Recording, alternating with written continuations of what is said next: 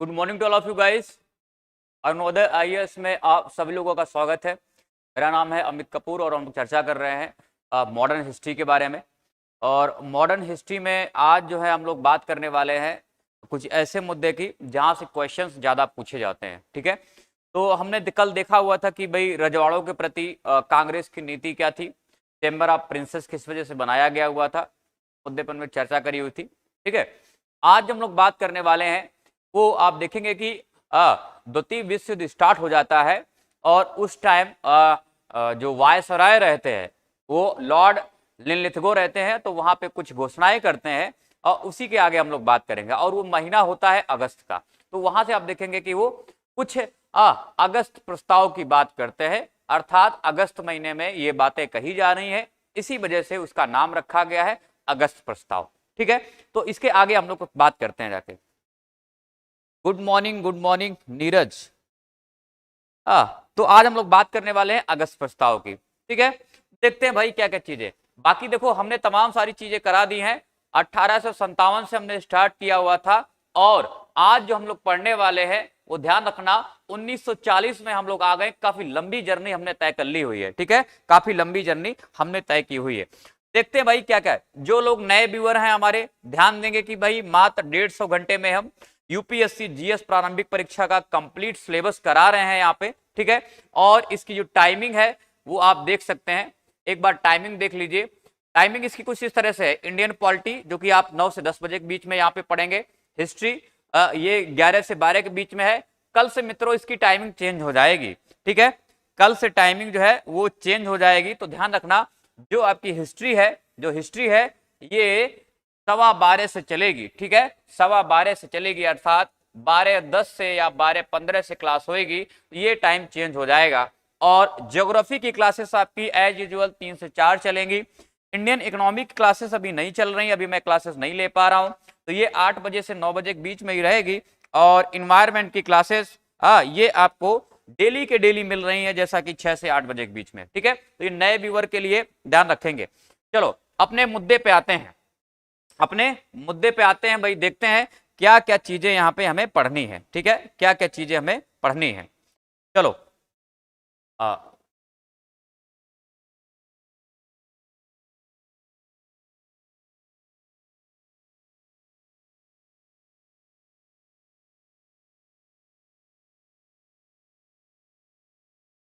हमने प्रांतीय चुनाव की बात कर ली हुई थी, जो कि अधिनियम 1935 के तहत कराए गए थे, 1937 में हुए थे। और इसके बाद में हमने पद स्वीकारीकरण की बात कर ली हुई थी, कैसे कैसे पद का डिवीजन किया गया था, ये हमने बातें कर ली हुई थी। कौन किसका कांग्रेसी प्रधानमंत्री था। द्वितीय विश्व युद्ध और भारत, जैसा कि हमने देखा हुआ था, गांधी जी और नेहरू कह रहे थे ठीक है हम भी फांसीवाद के खिलाफ हैं और ब्रिटेन भी फांसीवाद के खिलाफ ही क्या कर रहा है, फांसीवाद के खिलाफ ही क्या कर रहा है, एक तरह से युद्ध लड़ रहा है। तो हमें तो इस मकसद, अगर इस लॉजिक से देखा जाए तो क्या करना चाहिए, ब्रिटेन का साथ देना चाहिए। ध्यान रखना, स्टेटमेंट पूछा जा सकता है कि शुरुआती दौर में कांग्रेस के चोटी के नेता द्वितीय विश्व युद्ध में ब्रिटेन का साथ देने की फिराक में थे, ऐसा सोच रहे थे, लेकिन उन्होंने 2 शर्तें जोड़ दी हुई थी। वो क्या थी कि एक तो हमें एक संविधान सभा का गठन ऐसे करने की कोई बात करी जाए, या ऐसा कोई प्रस्ताव जब युद्ध समाप्त हो जाए, और केंद्रीय उत्तरदायी शासन की बात कर रहे थे। ठीक है, कोई ऐसी चीज हो। तो यहां पे देखेंगे कौन मांग कर रहा था, जवाहरलाल नेहरू और गांधी जी मांग कर रहे थे। ठीक है, गांधी जी ऐसी मांग कर रहे थे। ठीक है, तो इसके बाद आगे देखेंगे कि इस पे तो बातें बन नहीं पाई थी, और आप देखेंगे कि एक अगस्त प्रस्ताव भी लॉर्ड लिनलिथगो जो है वो लाते हैं। ठीक है, यहाँ पे जो उनके जो वायसराय है, ब्रिटिश सरकार क्या करती है, एक अगस्त प्रस्ताव भी लाती है। ठीक है, एक अगस्त प्रस्ताव भी लाती है। तो हम लोग यहां से स्टार्ट करने वाले हैं, जैसा कि हमने कल बता दिया था।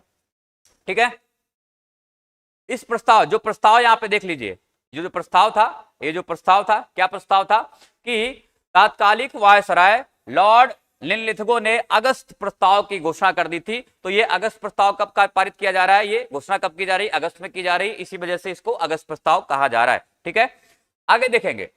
इस प्रस्ताव के अनुसार युद्ध के बाद एक संवैधानिक निकाय स्थापित होना था, जैसा कि वायसराय कह रहे थे, और किंतु इनका अनुमोदन जो था वो ब्रिटिश पार्लियामेंट के द्वारा होना था और युद्ध के मध्य भारत की सुरक्षा के मामलों पर परामर्श देने के लिए भारतीयों द्वारा निर्मित परिषद की बात कही गई थी कि भाई युद्ध में अगर परामर्श देना होगा तो कौन देगा, यहाँ पे ये भारतीय ही देंगे। और उसी आधार पर 1941 ईस्वी में वायसराय की काउंसिल में भारतीय सदस्यों की संख्या बढ़ा दी गई। मित्रों ये पहली बार हो रहा है, पहली बार हो रहा है, ध्यान रखना यहाँ पे भारतीयों का बहुमत होगा।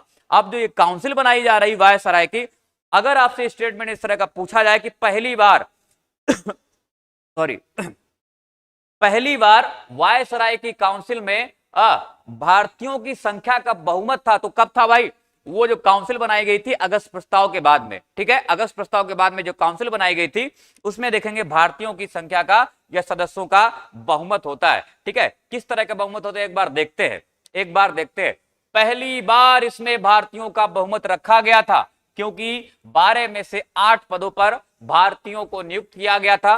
किंतु ध्यान देना, प्रतिरक्षा और गृह विभाग, ठीक है, प्रतिरक्षा और सिक्योरिटी काउंसिल और यहां पे ध्यान रखना, यह जो होम अफेयर्स के मामले थे वो सारे के सारे किसके पास में थे, अभी भी अंग्रेजों के पास में थे। ठीक है, अंग्रेजों के पास में, ठीक है। तो यहां से आपका स्टेटमेंट यूपीएससी में पूछा जा सकता है, ये स्टेटमेंट आपको यूपीएससी में पूछा जा सकता है, इसको ध्यान रखना कि प्रतिरक्षा और गृह विभाग किसके पास में थे, वे गोरो लोगों के पास में थे और एक भारतीय प्रतिरक्षा परिषद का गठन किया गया था और यह सिर्फ परिषद कैसी थी, सलाहकारी प्रकृति की थी। ठीक है, सलाहकारी कार्य करती थी, क्या करती थी, केवल सजेस्ट करती थी। ओके, केवल और केवल सजेस्ट करती थी। कांग्रेस अगस्त प्रस्ताव से संतुष्ट नहीं थी। ऐसी स्थिति में बिहार अर्थात झारखंड में रामगढ़ कांग्रेस 1940 में कांग्रेस का एक तरह से आप कह सकते हैं कि यहां पे अधिवेशन होता है और यहां पे कहा जाता है कि भाई जैसे ही कांग्रेस संगठन के इस योग होते ही सविनय अवज्ञा आंदोलन छेड़ने की स्वीकृति दे दी गई। ठीक है, कि जैसे ही कांग्रेस योग होगी क्या किया जाएगा, उसको सविनय अवज्ञा आंदोलन छेड़ने की स्वीकृति दे दी जाएगी, जो आवश्यक रूप से गांधी जी की पहल कदमी पर निर्भर थी। ठीक है, तो गांधी जी को यहाँ पे अधिकृत किया जाता है कि ठीक है भाई, अगर आपको सविनय अवज्ञा आंदोलन छेड़ना है तो आप छेड़ सकते हैं। ठीक है, तो इसके लिए कौन है, गांधी जी यहाँ पे आप कह सकते हैं मेन रोल में रहेंगे। ठीक है, लीड करेंगे।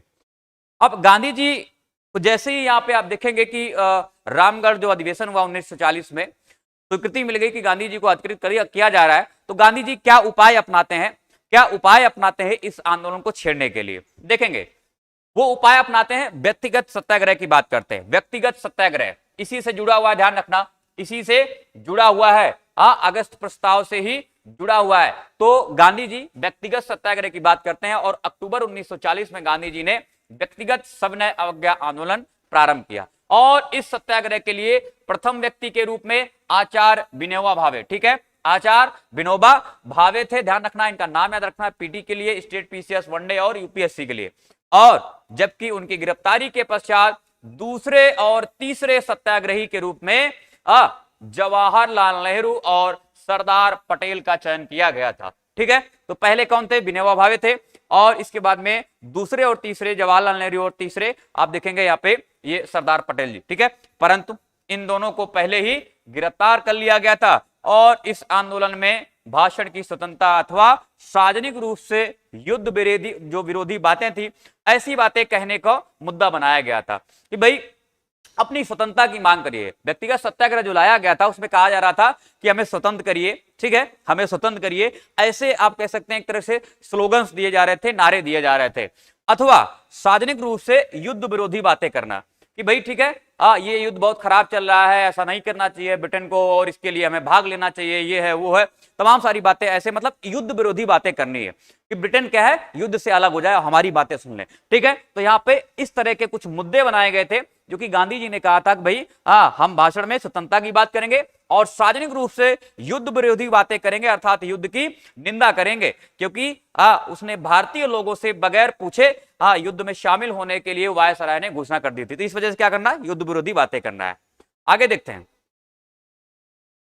इस आंदोलन का लक्ष्य था उस युद्ध के प्रति वैमनस्यता प्रदर्शित करना जो भारतीयों की सहमति के बगैर लड़ा जा रहा है। आचार्य विनोबा भावे ने वर्धा के निकट, ध्यान रखना पॉइंट को नोट करते चलेंगे, वर्धा के निकट पवनार में 17 अक्टूबर 1940 को इस आंदोलन की शुरुआत कर दी। ठीक है, कहां से शुरू किया जा रहा है, ध्यान रखना, वर्धा के निकट पवनार नामक, और ये कब है, ये 1940 में 17 अक्टूबर 1940 को इसको स्टार्ट किया जा रहा है। और ध्यान रखना स्टार्ट कौन कर रहा है, आचार्य विनोबा भावे। ठीक है, आचार्य विनोबा भावे इसको स्टार्ट कर रहे हैं। ओके, गुजरात से। ठीक है, गुजरात से। अब बात करते हैं यहाँ पे क्रिप्स मिशन। यहाँ पे आप देख रहे हैं सत्याग्रह स्टार्ट हो गया है। ठीक है, व्यक्तिगत सत्याग्रह स्टार्ट हो गया है। सरदार पटेल थर्ड नहीं है, कोई बात नहीं, एक बार देख लो, क्रॉस चेक कर लो, फिर बात करते हैं। ठीक है, चलो। अच्छा, ध्यान रखना, ओम ओम शांति, यहां पे तमाम सारे थे, मैं उनका नाम नहीं ले रहा हूं, तमाम सारे थे। अबुल कलाम आजाद भी थे यहाँ पे, और राजेंद्र प्रसाद को भी चुना गया था, सी राजगोपालचारी भी थे। ठीक है, तो ये मुद्दा एकदम से नहीं रखना कि थर्ड कौन सा था। ठीक है, थर्ड कौन सा था ये ध्यान रखना, इसमें तमाम सारे हैं ऑप्शन, अगर मैं दूंगा तो आप लोग कंफ्यूज हो जाएंगे। ठीक है, तो इसी वजह से हमने 3 नाम सुझाए हुए हैं। ठीक है, हाँ, इतिहास बड़ा पेचीदा है। चलो, तो यहां पे समझ गए, 3 लोग थे। अब यहां पे बात नहीं बन रही, तो व्यक्तिगत सत्याग्रह को आगे बढ़ाया जा रहा है। और यहां पे आप देखना एक क्रिप्स मिशन आ जाता है। तो इसको क्यों लाया जाता है भाई, इसको इस वजह से लाया जाता है कि भारतीयों को भी क्या है, युद्ध में शामिल करिए, नहीं तो हम हार जाएंगे। ठीक है, ऐसा कौन कह रहा, ऐसा ब्रिटेन सरकार नहीं कर रही, ऐसा ब्रिटिश सरकार नहीं कर रही, कौन कह रहा, अमेरिका के राष्ट्रपति जी महोदय ऐसा कह रहे हैं। देखिए कैसे, ये क्रिप्स मिशन क्यों आ रहा है, क्रिप्स मिशन क्यों आ रहा, आखिर क्या ऐसी बात है। द्वितीय विश्व युद्ध में मित्र राष्ट्रों की स्थिति कमजोर होती जा रही थी, और हिटलर ने क्या किया था, पश्चिमी मोर्चे को पूरी तरह से तोड़ दिया था, और तमाम प्रयासों के बावजूद बेल्जियम को बचा नहीं पाया गया था। ठीक है, जो मित्र राष्ट्र थे वो बेल्जियम को नहीं बचा पाए थे, हिटलर ने उसको अपने कब्जे में ले लिया था। और दूसरी तरफ अमेरिकी राष्ट्रपति रूजवेल्ट ब्रिटिश प्रधानमंत्री विंस्टन चर्चिल पर इस बात का दबाव डाल रहा था कि भाई भारतीयों से कोई समझौता करें, और साथ ही दक्षिण पूर्व एशिया पर जापानी खतरा भी मंडरा रहा था। ठीक है, तो ये अगर आपसे पूछा जाए कि भाई क्रिप्स मिशन क्यों लाया गया था, आखिर क्या ऐसी वजह थी, तो आपने देखा हुआ था कि व्यक्तिगत सत्याग्रह एक मुख्य कारण था उसका। ठीक है, क्योंकि आपने देखा था अगस्त घोषणा को जो है पूरी तरह से जो प्रस्ताव था उसको पूरी तरह से कांग्रेस ने नकार दिया हुआ था, व्यक्तिगत सत्याग्रह भी चल रहा था, एक मुख्य कारण था।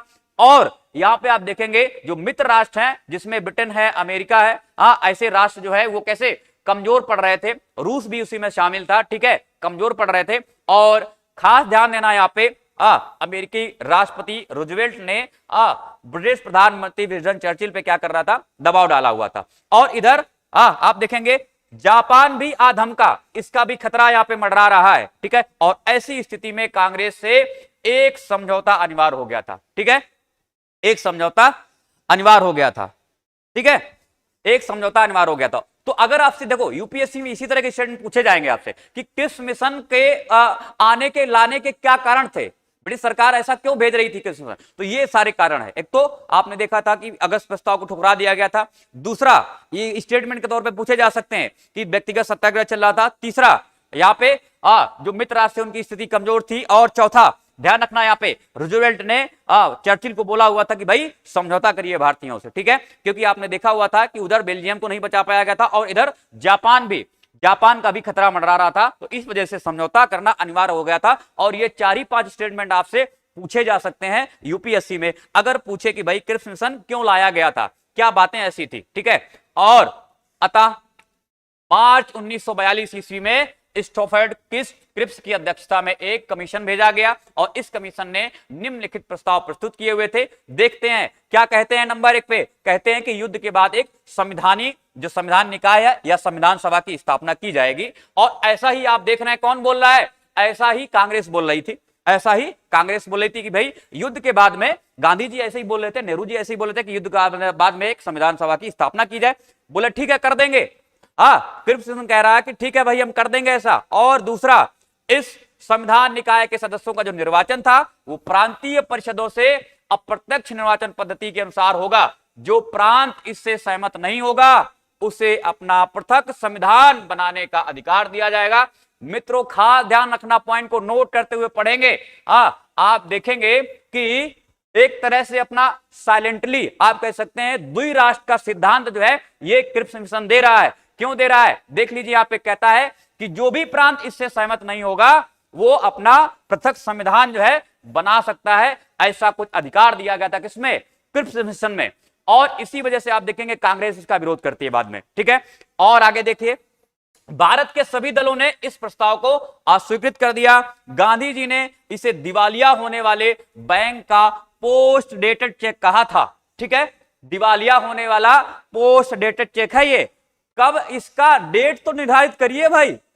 कब हमें आप संविधान सभा की स्थापना कब करी जाएगी कुछ पता ही नहीं है। हमने बोला हुआ था कि भाई हमें उत्तरदायी सरकार चाहिए, वो भी आपने नहीं दिया हुआ है। तो ये तो क्या है, एक तरह से पोस्ट डेटेड चेक है। तो गांधी जी ऐसा कह रहे हैं, और ये गांधी जी ऐसा कह रहे हैं। और क्रिप्स प्रस्ताव ने अप्रत्यक्ष रूप से पाकिस्तान बनने में महत्वपूर्ण भूमिका निभाई और इसके प्रस्ताव की एक धारा को लोकल ऑप्शन, स्थानीय विकल्प के रूप में जाना जाता है। ठीक है, एक और ध्यान रखना, हो सकता है ये किताबों में नहीं लिखा हो, ये मैं अपने मटेरियल को निकाल के बता रहा हूं कि लोकल ऑप्शन की बात करी गई थी। लोकल ऑप्शन क्या होता है देख लीजिए एक बार। इसके अनुसार प्रांतों को यह अधिकार दिया गया था कि भविष्य में वो अपनी स्थिति निर्धारित करने के लिए ब्रिटेन से सीधा समझौता कर सकते हैं। ठीक है, ब्रिटेन से सीधा समझौता कर सकते हैं तथा भविष्य में बनने वाले नए संविधान को अस्वीकार भी कर सकते हैं। ठीक है, तो एक तरह से आप देख रहे हैं कि ये कितना पेचीदा मामला कर दिया क्रिप्स मिशन ने। और यहीं पे आप देखेंगे इसी वजह से जो लोकल ऑप्शन है इसी का कांग्रेस विरोध कर रहा था। ठीक है, इसी का कांग्रेस जो है विरोध कर रहा था कि भाई हम तो पूरा भारत एक ही है ना, पूरा भारत तो एक ही है, लेकिन आप जो है ब्रिटेन से अलग समझौता कैसे प्रांत कर सकते हैं? भारत तो पूरा एक ही है। ठीक है, तो इस वजह से यहाँ पे देखेंगे दिक्कत हो रही थी। तो यहां से भी आपके ऑप्शन पूछे जाते हैं हमेशा से कि क्रिप्स मिशन में क्या प्रस्ताव थे। तो ये 4-5 प्रस्ताव हैं, इसी में से आपको क्या करेगा, स्टेटमेंट दे देगा और आपको एबीसी में करेक्ट करने पड़ेंगे। ठीक है, तो एक लोकल ऑप्शन दिया था और क्या क्या दिया था यहाँ पे, एक क्या दिया था, इसने कहा था कि ठीक है हम संविधान निकाय की स्थापना करेंगे। दूसरा यहाँ पे जो संविधान निकाय की स्थापना होगी उसमें जो सदस्यों का निर्वाचन होगा कैसा, अप्रत्यक्ष रूप से किया जाएगा। और ध्यान रखना, ये कह रहा था कि भाई ये पृथक होने की जो बात कर रहा है, ये जो पृथक होने की बात कर रहा है कि अपना जो है पृथक संविधान बना सकते हैं। ठीक है, प्रांत जो है अपना पृथक संविधान बना सकते हैं। तो ऐसी भी बात कौन कर रहा है, क्रिप्स प्रस्ताव ऐसी बातें कर रहा है। ठीक है, तो ये बातें हो रही हैं। अब देखते हैं, बात करते हैं अपने मेन मुद्दे पे, भारत छोड़ो आंदोलन। ठीक है, भारत छोड़ो आंदोलन, अगस्त क्रांति, तमाम सारी देखो अगस्त में चीजें हो रही हैं। मॉन्टेग्यू चेम्सफोर्ड की घोषणा, ठीक है, तो अगस्त घोषणा थी वो। ठीक है, अगस्त घोषणा, फिर इधर 1940 में अगस्त प्रस्ताव, फिर इसके बाद में आप देखेंगे अगस्त क्रांति। ये कब हो रही है, 1942 में। ऐसे भी आपसे सीरियल वाइज पूछ सकता है स्टेट पीसेस वालों, ध्यान रखना। अगस्त घोषणा कब हुई थी, अगस्त संकल्प क्या था, अगस्त प्रस्ताव क्या था, अगस्त क्रांति क्या थी, उसको लाइन से सजाने के लिए पूछ सकता है, लाइन से सजाने के लिए पूछ सकता है स्टेट पीसेस वालों, ध्यान रखना। तो सबसे पहले क्या हुआ था, सबसे पहले अगस्त घोषणा थी मॉन्टेग्यू चेम्सफोर्ड 1917 में। फिर इसके बाद में अगस्त प्रस्ताव जो है यहाँ पे पारित किया गया था 1940 में वायसराय द्वारा। अब बात आ रही है अगस्त क्रांति की। ठीक है, तो ये 1942 में है। और भारत छोड़ो आंदोलन, बातें समझ में आ गई कि भाई क्रिप्स मिशन जो है वो फेल हो गया पूरी तरह से।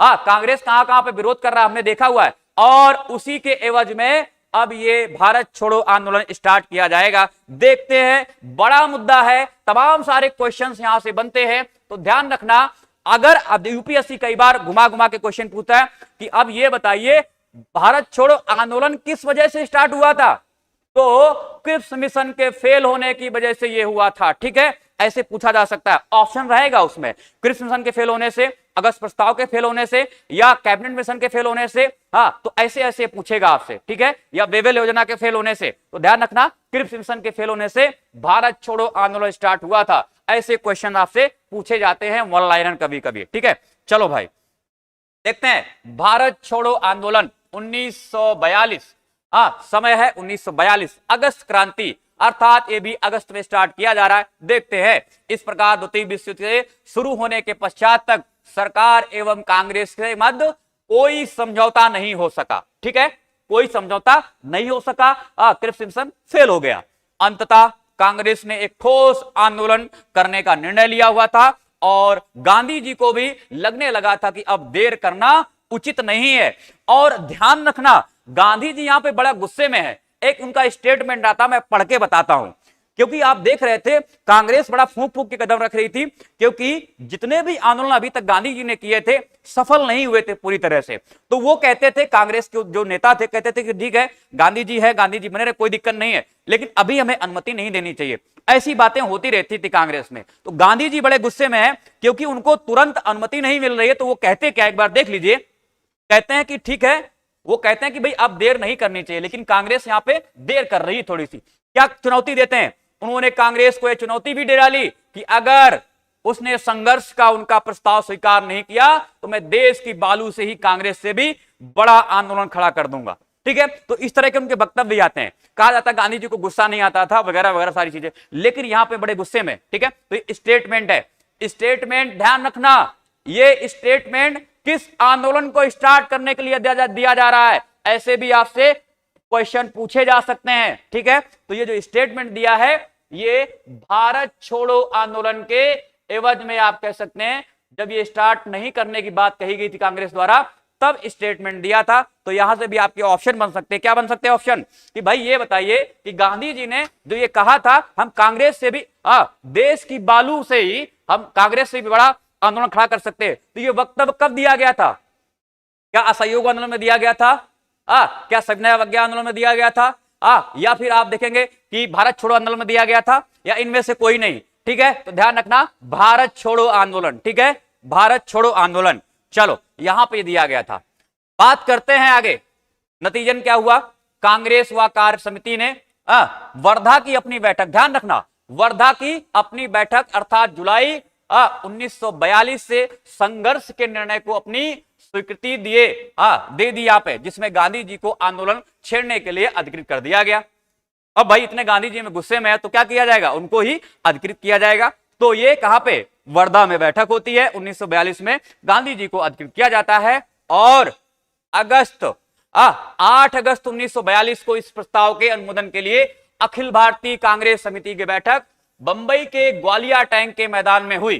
ठीक है, ग्वालिया टैंक के मैदान में हुई है और इस बैठक को जनता का अपार समर्थन मिला। तो मित्रों, कहां से डिसाइड किया जा रहा है, कहां से डिसाइड किया जा रहा है, वो कौन सा है? ध्यान रखना, ये बंबई के ग्वालिया टैंक मैदान है और ये 8 अगस्त 1942 को यहां पे आप कह सकते हैं कि आंदोलन की रूपरेखा तैयार कर दी जाती है। और इसी सभा में गांधी जी ने अपना प्रख्यात भाषण दिया जिसमें उन्होंने कहा था कि अब कांग्रेस ब्रिटिश भारतीय सरकार के उस किसी प्रस्ताव को स्वीकार नहीं करेगी जो पूर्ण स्वतंत्रता से कम हो। अर्थात गांधी जी अब क्या बात करने लगे हैं? अभी तक कतराते थे कि पूर्ण स्वतंत्रता जैसी कोई चीज नहीं होनी चाहिए, लेकिन ये पहली बार है, ध्यान रखना, यहां से भी यूपीएससी क्वेश्चन पूछ सकता है कि गांधी जी ने पहली बार अपना सार्वजनिक भाषण में कब कहा था कि पूर्ण स्वराज ही चाहिए, इससे कम नहीं चाहिए? तो क्या है? वो भारत छोड़ो आंदोलन ही है। ठीक है, इसमें ही कहा, इससे पहले कभी नहीं कहा। ध्यान रखना, तमाम लोग ऐसी बातें करते हैं लेकिन गांधी जी यहां पे बोल रहे हैं सिर्फ। ठीक है, तो पूर्ण स्वराज से कम नहीं चाहिए, पहली बार गांधी जी ने ऐसा बोला हुआ है। और उन्होंने भावुक स्वर में कहा कि अब जेल भरने के मात्र से काम नहीं चलेगा, अब एक मात्र मंत्र बचा हुआ है, करो या मरो। ठीक है, करो या मरो। ठीक है, तो ये जो वक्तव्य आया हुआ है, जो उन्होंने भाषण दिया, जो नारा दिया हुआ है, मंत्र दिया हुआ, कब आया है? भारत छोड़ो आंदोलन के समय में दिया है। किसने? गांधी जी ने। और इसका अर्थ भी बताते हैं, कहते हैं कि इसे अपने आप हृदय में अंकित कर लें, तथा सांस सांस द्वारा व्यक्त कर सकते हैं कि या तो हम भारत को आजाद कराएंगे या इस प्रयास में अपनी जान को न्यौछावर कर देंगे। ठीक है, तो करो या मरो का मतलब यही है। ठीक है, करो या मरो का मतलब यही है। फी कितनी है?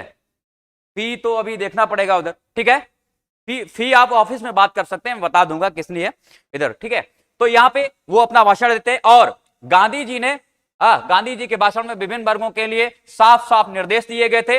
निर्देशों से भी क्वेश्चन पूछे जाते हैं, ध्यान से देखना, बड़े मुद्दे हैं ये बड़े मुद्दे हैं, प्रीलिम्स में पूछे जाते हैं स्टेटमेंट देखे हुए। तो यहां पे गांधी जी के निर्देश क्या है, एक बार देख लीजिए। देख लीजिए यहां पे उन्होंने कहा कि सरकारी कर्मचारी नौकरी ना छोड़ें, लेकिन कांग्रेस के प्रति अपनी निष्ठा की घोषणा कर दें।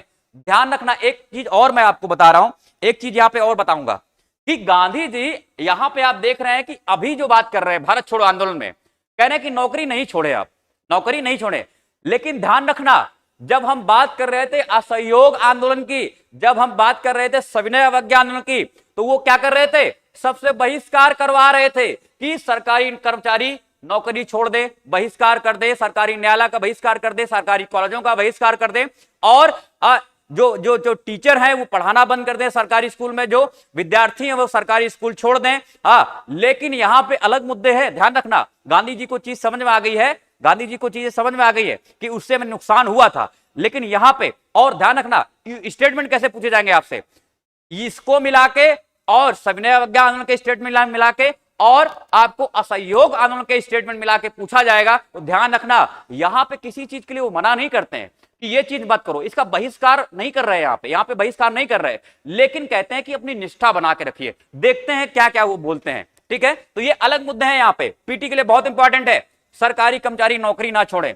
और ये सारी बातें कब हो रही थी, सविनय अवज्ञा और सहयोग में कह रहे थे नौकरी छोड़ दीजिए, लेकिन यहाँ पे मना कर रहे हैं, यहाँ पे मना कर रहे हैं सरकारी कर्मचारी नौकरी ना छोड़े, लेकिन कांग्रेस के प्रति अपनी निष्ठा की घोषणा कर दें। सैनिक अपने देशवासियों पर गोली चलाने से इनकार कर दें। राजा महाराजा भारतीय जनता की संप्रभुता या प्रभु सत्ता स्वीकार करें और उनकी रियासतों में रहने वाली जनता स्वयं को भारतीय राष्ट्र का अंग घोषित कर दें तथा राजाओं का नेतृत्व तभी मंजूर करें जब वो अपना भविष्य जनता के साथ जोड़ लें। मित्रों, ये पहली बार ऐसा हो रहा है जब गांधी जी ऐसा निर्देश दे रहे हैं। इससे पहले आप देखेंगे कि वो रजवाड़ों में हस्तक्षेप नहीं करते थे, ना ही वहां की जनता में हस्तक्षेप करते थे, लेकिन ये पहली दफा है जब वो राजा महाराजाओं के लिए भी क्या कर रहे हैं, निर्देश दे रहे हैं, वहां की जनता के लिए भी निर्देश दे रहे हैं। ये पहली दफा सारी चीजें हो रही है, ध्यान रखना, ठीक है। तो ये 3 मुद्दे हमने देखे, यहाँ पे और भी आगे हैं, देख लीजिए। छात्र पढ़ाई तभी छोड़े जब आजादी हासिल हो जाने तक अपने इस निर्णय पर दृढ़ रह सके। किसानों से कहा गया था कि भाई जिनमें साहस हो, अपना सब कुछ दांव पर लगाने के लिए तैयार हो, वे माल गुजारी ना दें, ठीक है। जो सब कुछ दांव पे लगा सकते हैं वो माल गुजारी ना दें। और इस आंदोलन में कहा गया कि अगर नेता मौजूद ना हो तो प्रत्येक स्वयं सेवक अहिंसक ढंग से, कैसे, अहिंसक ढंग से अपने विवेक के अनुसार कार्य करेगा, ठीक है, अपने विवेक के अनुसार कार्य करेगा। बातें समझ में आ गई, कोई दिक्कत तो नहीं है यहाँ पे। कैसे कैसे क्वेश्चन पूछे जा सकते हैं, ये जो निर्देश दिए गए थे और गांधी जी के सविनय अवज्ञा आंदोलन और असहयोग आंदोलन के मिले जुले स्टेटमेंट हो गए तो आपको छांटना पड़ेगा, ठीक है, वहां से आप सही कर सकते हैं। मैंने बता दिया है, फिलहाल मैंने बता दिया है, ठीक है। तो ये निर्देश इस तरह के थे। अब बात करते हैं कांग्रेस द्वारा भारत छोड़ो आंदोलन प्रारंभ करने के कारण, क्या क्या कारण थे। मुद्दा बहुत अच्छा है यहाँ पे प्रीलिम्स के लिए, क्या क्या कारण थे देख लीजिए। क्रिप्स मिशन सीधे तौर पे स्टेटमेंट देके पूछे जाएंगे, 1 2 3 4 करके, ठीक है, देख लीजिए। क्रिप्स मिशन की असफलता से सिद्ध कर दिया था कि भाई अंग्रेज स्वतंत्रता के पक्षधर नहीं है और युद्ध के कारण बढ़ती कीमत, जरूरी वस्तुओं का अभाव, सिंचाई, नहरों, परिवहन के साधनों पर सरकार का जापानी भय से किया गया कब्जा, ठीक है। ये बहुत बड़ा रीजन है, ये बहुत बड़ा रीजन है, ये बहुत बड़ा रीजन है। जापानी भय से किया गया कब्जा, मलाया एवं बर्मा ने भारतीयों की सुरक्षा नहीं करने आदि से उपजा असंतोष, जो है ये प्रमुख मुद्दे थे, ठीक है। ये तमाम सारे मुद्दे प्रमुख थे। तो ये जो है ध्यान रखना, आपसे सीधे तौर पर देखो यूपीएससी 1 बार 2 बार पूछा भी है, 1 2 बार पूछा भी है। वो शायद असहयोग के बारे में या बहिष्कार के बारे में पूछा हुआ है, ठीक है। तो ये ध्यान रखना कि क्या कारण था जो आंदोलन स्टार्ट हुआ है। तो हो सकता है आपसे यहां से भी पूछे कि भारत छोड़ो आंदोलन क्यों स्टार्ट हुआ है, क्या कारण था, ठीक है। तो ध्यान रखना, सबसे बड़ा कारण है क्रिप्स मिशन की असफलता, ठीक है, क्रिप्स मिशन की असफलता, ठीक है। तो इसी वजह से आप देखेंगे कांग्रेस द्वारा यह आंदोलन स्टार्ट किया गया है, ठीक है।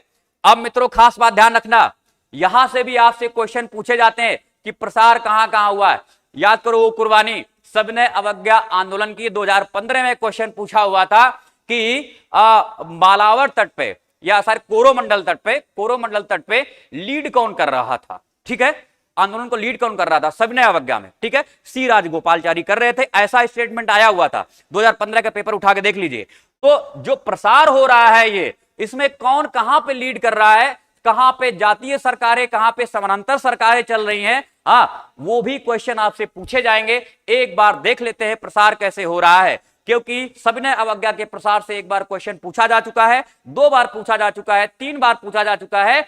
यहां से अभी प्रसार से क्वेश्चन एक ही बार पूछा गया शायद, तो यहां पे हम लोग देख लेते हैं एक बार कैसे कैसे प्रसार हो रहा है। देखते हैं कौन कहां पे लीड कर रहा है और कौन से वो माध्यम अपनाए जा रहे हैं प्रचार प्रसार के। आंदोलन का प्रारंभ एवं प्रसार। कांग्रेस की उपरोक्त दो घोषणा से सरकार चौकन्नी हो गई थी और ऑपरेशन जीरो आवर के तहत उसी रात कांग्रेस के चोटी के नेता गिरफ्तार कर लिए गए थे। ठीक है, तो ये भी आपसे पूछा जा सकता है ऑपरेशन जीरो आवर कब लाया गया था, कौन से आंदोलन के बाद में लाया गया था। तो ध्यान रखना, ना तो सविनय अवज्ञा में था, ना ही असहयोग में था, ना ही स्वदेशियों बहिष्कार में था। ये कब लाया गया है ऑपरेशन जीरो आवर जो है वो कब लाया गया है, भारत छोड़ो आंदोलन के बाद लाया गया है। ठीक है, और इसमें क्या किया गया था, चोटी के नेता गिरफ्तार कर लिए गए थे। गांधी जी को पूना के आगा खा पैलेस, स्टेट पीसेस वालों ध्यान रखना, खास बात है। गांधी जी को पूना के आगा खा पैलेस में रखा गया था, नेहरू जी को अल्मोड़ा जेल में रखा गया था, राजेंद्र प्रसाद जी को बांकीपुर जेल में रखा गया पटना में, और मौलाना आजाद को बांकुड़ा जेल में रखा गया था। स्टेट पीसेस वालों के लिए इंपॉर्टेंट है, स्टेट पीसेस वालों। भारत छोड़ो आंदोलन को स्थूल रूप 3 चरणों में बांटा जा सकता है। आप देखेंगे इसमें पहला चरण जो था वो भारी और हिंसक था। ठीक है, काफी ज्यादा भारी और कह सकते हैं हिंसक था और इसका फैलाव मुख्यतः शहरों में केंद्रित था। एक स्टेटमेंट और आपसे पूछा जा सकता है कि सविनय अवज्ञा भारत छोड़ो आंदोलन पूरी तरह से हिंसक था या अहिंसक था, ऐसे स्टेटमेंट पूछे जा सकते हैं।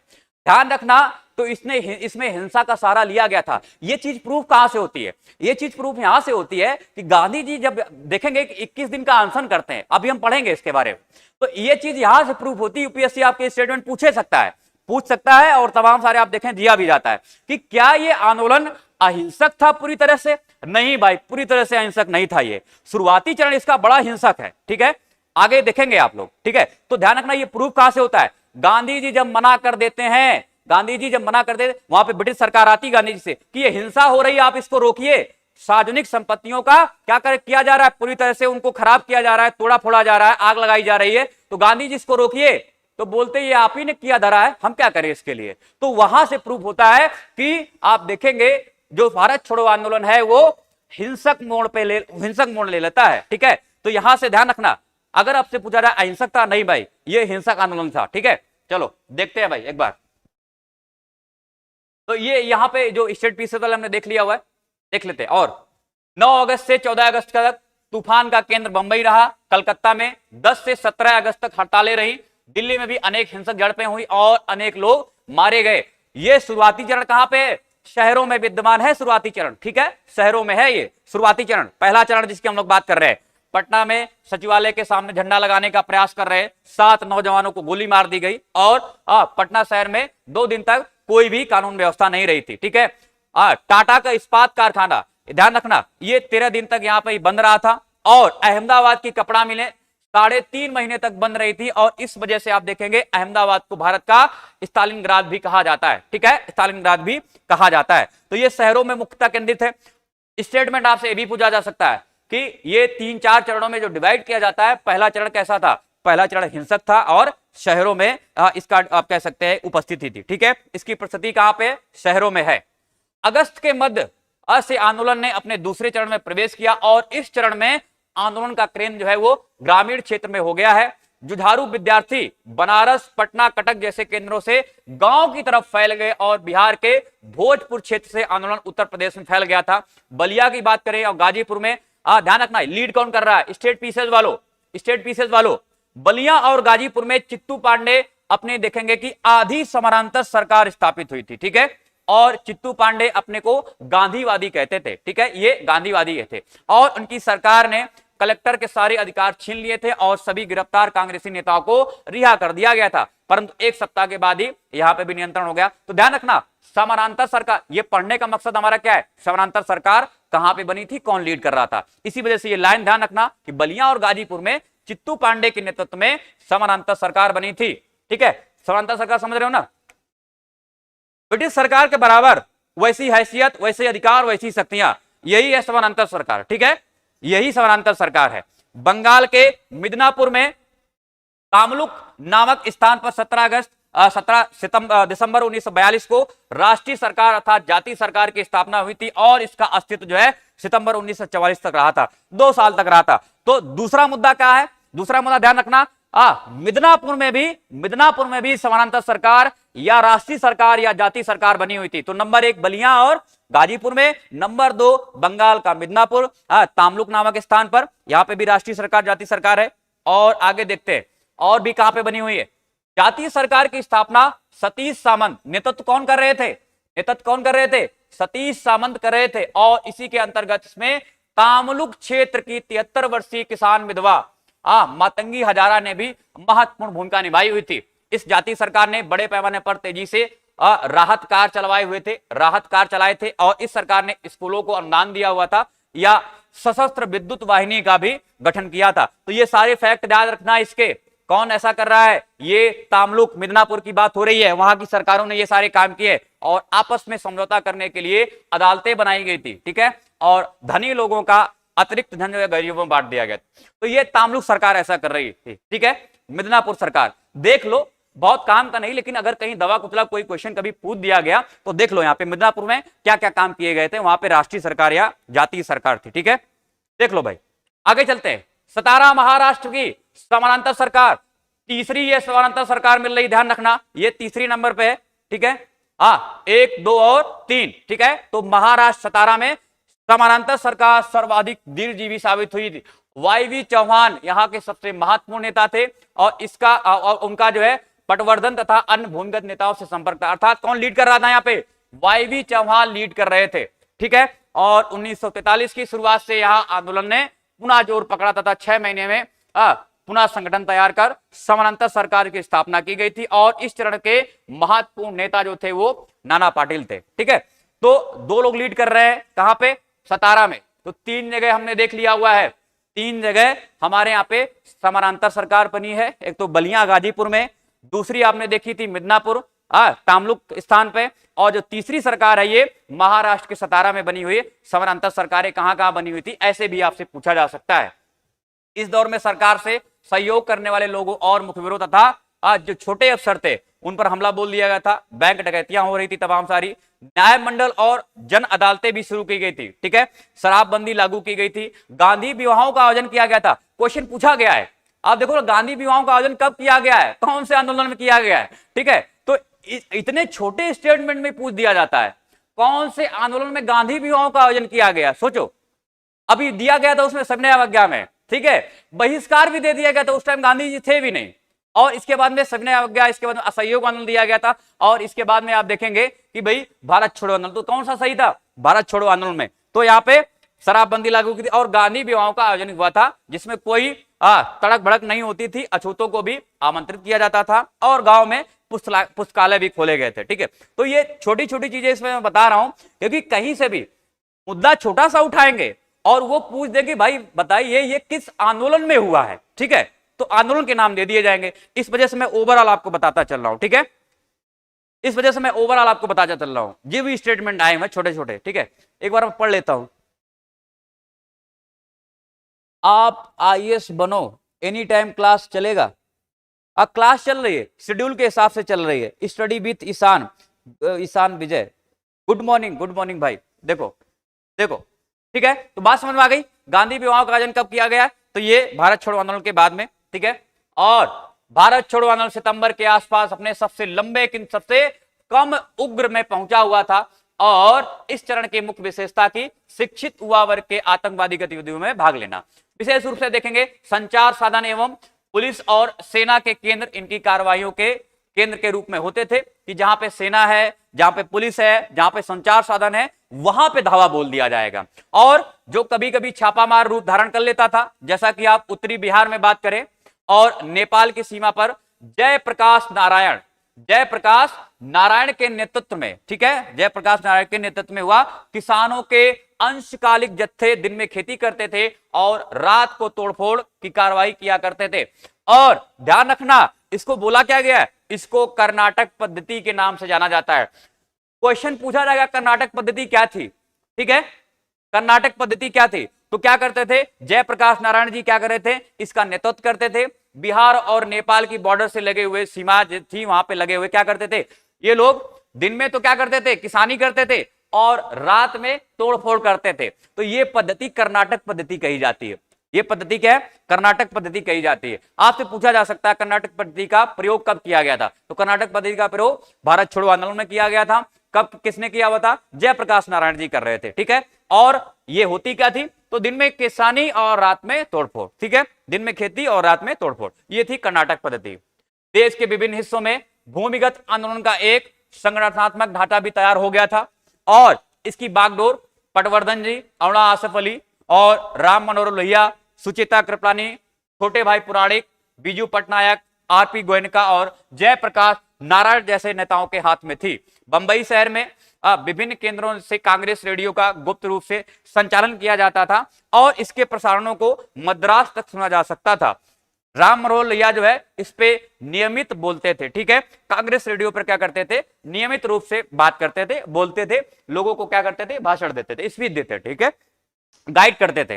नवंबर 1942 में पुलिस ने इसे खोज निकाला और इसको बर्बाद कर दिया, ठीक है, इसको बर्बाद कर दिया। अब यहाँ पे देखना एसएससी वाले और स्टेट पीसीएस वाले, वनडे एग्जाम वाले परेशान नहीं होना। रेडियो का संचालन कौन कर रहा था, रेडियो का संचालन कौन कर रहा था, मैं बताने वाला हूं। वही सब पढ़ते हो ना, तो इसी वजह से भारत छोड़ो आंदोलन में आम जनता की हिस्सेदारी तथा समर्थन एक नई सीमा तक पहुंचा और इस आंदोलन में युवा वर्ग की व्यापक भागीदारी रही। महिलाओं ने काफी महत्वपूर्ण भूमिका निभाई थी, खास तौर पर छात्राओं ने, अरुणा आसफ अली, सुचेता कृपलानी ने भूमिगत कार्रवाइयों को संगठन का काफी काम किया हुआ था और उषा मेहता, ठीक है, उस छोटे से समूह की अहम सदस्यता थी जो कांग्रेस रेडियो चलाती थी, ठीक है।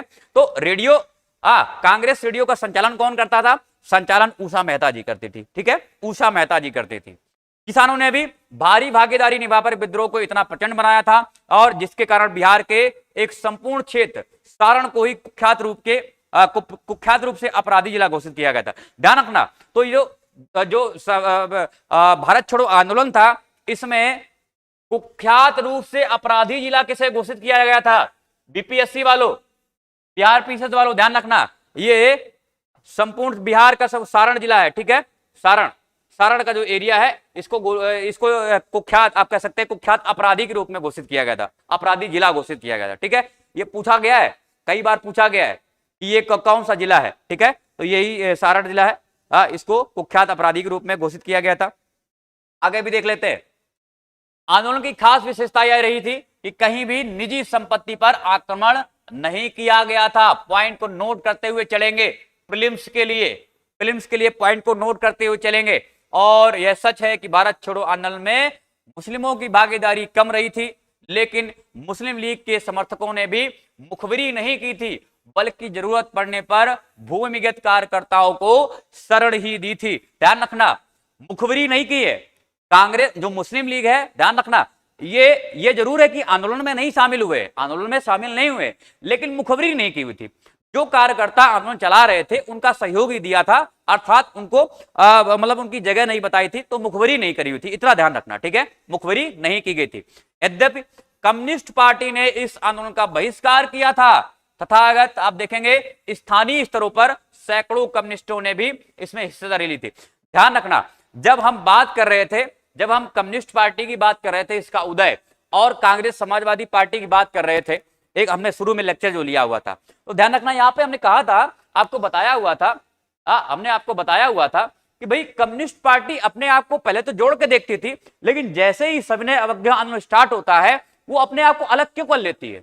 ऐसे भी स्टेटमेंट पूछे जा सकते हैं, तो एक लाइन में सुन लीजिए, क्यों अलग कर लेती है आखिर में, जबकि है तो वे भारतीय कम्युनिस्ट है ना लोग, तो अलग क्यों कर लेते हैं, क्योंकि कम्युनिस्ट जो है वो कम्युनिस्ट इंटरनेशनल संघ एक है, वहां से जोड़ के देखते थे, जो कि कहां पे, रूस में आयोजन इसका होता था, रूस में इसका आयोजन होता था, और रूस से ही देखेंगे मार्क्सिज्म का क्या उदय होता है, ठीक है।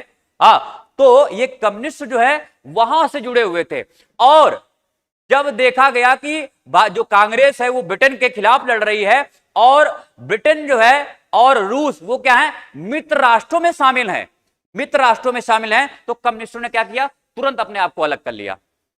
क्यों, क्योंकि भाई अगर कांग्रेस ब्रिटेन के खिलाफ लड़ रही है, अर्थात वो रूस के खिलाफ भी लड़ रही है। और इनकी विचारधारा, जो कम्युनिस्टों की विचारधारा थी, उसका उदय कहां से होता है? रूस से ही होता है। तो इन्होंने तुरंत अपने आप को अलग कर लिया था, ठीक है, कि हम साथ नहीं देंगे, ठीक है। तो यही मेजर कारण है, इसी मेजर कारण है कि कम्युनिस्टों ने भारत छोड़ो आंदोलन के आंदोलन से अपने आप को अलग कर लिया हुआ था, ठीक है। बात समझ में आ गई? चलो देखते हैं। तो कम्युनिस्ट ने आंदोलन का बहिष्कार कर लिया था, तथा आप देखेंगे, लेकिन एक खास बात ध्यान रखना, तथापि स्थानीय स्तरों पर सैकड़ों कम्युनिस्टों ने इसमें हिस्सेदारी ली थी और भारत छोड़ो आंदोलन में हुई हिंसा को कांग्रेस ने अपनी जिम्मेदारी नहीं माना था। ध्यान रखना, यही चीज जो है ना, जो ये कांग्रेस ने अपनी जिम्मेदारी नहीं माना हुआ था, ठीक है, यही कारण कहता है कि आंदोलन हिंसक था, अर्थात अहिंसक नहीं था, ठीक है। यहीं से प्रूफ होता है, यहीं से प्रूफ होता है। आगे देखते हैं। स्वयं गांधी जी ने इस आंदोलन में हिंसा की निंदा करने से इनकार कर दिया और उनका कहना था कि यह सत्ता की बड़ी हिंसा का जवाब है, सत्ता की बड़ी हिंसा का जवाब है। कहा जाता है कि गांधी जी सत्य और अहिंसा पे काम करते थे, लेकिन यहां पे वो साफ साफ मना कर देते हैं, कहते हैं कि आपने तो हमारे साथ में बड़ी हिंसा की है, ये तो छोटी छोटी घटनाएं हो रही हैं, इसमें मैं नहीं रोकूंगा किसी को, अर्थात आंदोलन हिंसक था, ठीक है। सरकारी हिंसा के खिलाफ गांधी जी ने 10 फरवरी 1943 को 21 दिन का उपवास रखा हुआ था और उनके इस निर्णय तथा सरकारी अड़ियल रवैये की वजह से देश में एक बार पुनः असंतोष की लहर दौड़ गई थी, ठीक है। आप देखेंगे गांधी जी ने जब 21 दिन का अपना वो अनशन किया था, आमरण अनशन किया हुआ था, अन्न जल का त्याग कर दिया था, तो उधर क्या ब्रिटिश सरकार पूरा सब आधे दिन की छुट्टी कर दी गई थी कार्यालय में कि ये अभी खत्म हो जाएंगे, अभी मरने वाले हैं, अभी इनकी मृत्यु होने वाली, बड़ी खुशियां मनाई जा रही थी वहां पे। ब्रिटिश सरकार की बात करें, भारतीय ब्रिटिश सरकार की बात करें, अभी देखेंगे हम लोग कि चलो ठीक है, इनके लिए पूरा रास्ता खाली करवा दिया गया था कि गांधी जी को यहां से ले जाया जाएगा, ऐसे किया जाएगा, वैसे किया जाएगा। लेकिन देखते हैं क्या करते हैं गांधी जी। जनसभाएं कर गांधी जी की रिहाई की मांग की गई। छात्रों और व्यापारियों और वकीलों और सामान्य नागरिकों तथा श्रमिक संगठनों ने इसके विरोध में हजारों चिट्ठियां सरकार को भेजी कि गांधी जी को मना लीजिए, 21 दिन का जो उपवास है मना लीजिए। लेकिन आगे देखेंगे सरकार की प्रतिष्ठा को आघात सबसे ज्यादा तब लगा जब वायसराय की कार्य परिषद के 3 सदस्य, यहां पे देखना, MS एनी और NR सरकार तथा HP मोदी ने इसी सवाल पर त्यागपत्र दे दिया। तो ध्यान रखना, त्यागपत्र कौन दे रहा है यहाँ पे? वायसराय की कार्यकारिणी से 3 लोग यहाँ पे दे रहे हैं, स्टेट पीस वालों, ध्यान रखना। परंतु ब्रिटिश सरकार ने इस पर बात करने का कह रहे थे कि भाई ब्रिटिश सरकार जो है इन बातों पर इसका कोई प्रभाव नहीं पड़ा। और चर्चिल ने घोषणा की कि जब दुनिया में हम हर जगह जीत रहे हैं, हर एक जगह जीत रहे हैं, तो ऐसे वक्त में कम वक्त बूढ़े के पास कैसे झुक सकते हैं जो हमेशा हमारा दुश्मन रहा है। तो ये विंस्टन चर्चिल जो है ये क्या करता है? वक्तव्य देता है। विंस्टन चर्चिल जो प्रधानमंत्री है ब्रिटेन का, वो क्या करता है? वो वक्तव्य देता है गांधी जी के लिए कि जब हम पूरी दुनिया में जीत रहे हैं तो ऐसे वक्त में हमें एक कमबख्त बूढ़े के पास कैसे झुक सकते हैं जो हमेशा हमारा दुश्मन रहा है, ठीक है। तो बोला कि नहीं, हम जो है तैयार नहीं है इसको मनाने के लिए, अनशन पे बैठे हैं तो बैठे रहिए, हमें कोई मतलब नहीं है, 21 दिन बैठिए, 30 दिन बैठिए, हमें कोई मतलब, हम मनाने वाले नहीं है, ठीक है। तो ये विंस्टन चर्चिल का स्टेटमेंट है या इनकी घोषणा है। आगे देखते हैं। सरकार ने सेना की टुकड़ियों को किसी भी आपात स्थिति से निपटने के लिए तैयार कर रखा हुआ था। सार्वजनिक शव यात्रा तथा गांधी जी की भस्म को ले जाने के लिए विमान की व्यवस्था भी की गई थी, जैसे उदार प्रावधान भी किए गए थे। सरकारी कार्यालयों में आधे दिन की छुट्टी भी दे दी गई थी कि गांधी जी अभी इनकी मृत्यु होने वाली है, अभी जाने वाले हैं। तो आप देखेंगे यहाँ पे कितना आधे दिन की छुट्टियां भी इसका आयोजन किया था। और अंत में गांधी जी ने जनता की अपील पर स्वयं अनशन तोड़ दिया तथा घोषणा की कि भाई अभी जनता को मेरी जरूरत है, मैं ऐसे नहीं जाने वाला हूं। तो यहाँ पे गांधी जी स्वयं अनशन तोड़ देते हैं और विभिन्न दलों की प्रतिक्रिया देखिए।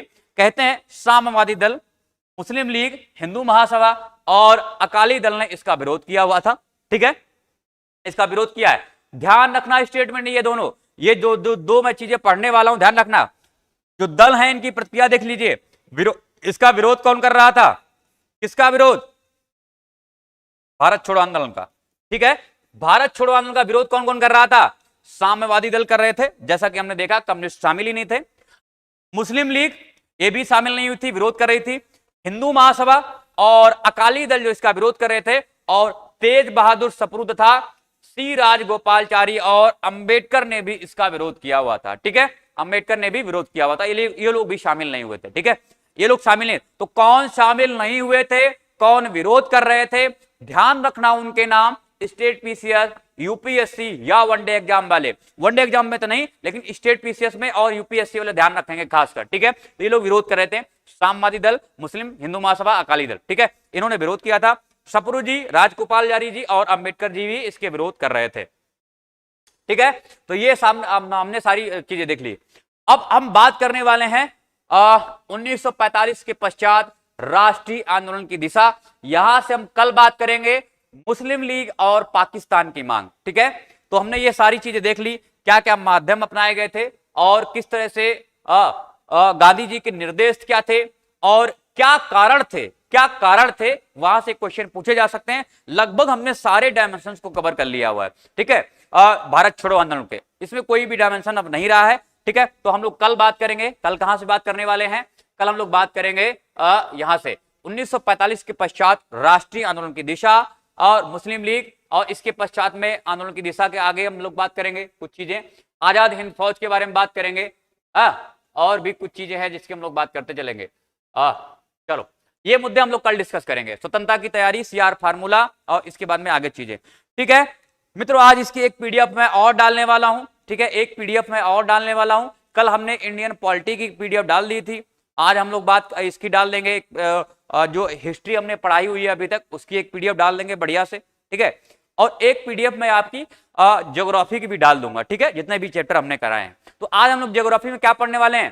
सौर विकिरण पढ़ने वाले हैं। उसमें तापन को प्रभावित करने वाले कारक कौन से हैं, इसके बाद में हम तापमान की बात करेंगे वहां पे। ठीक है, और ये तमाम सारी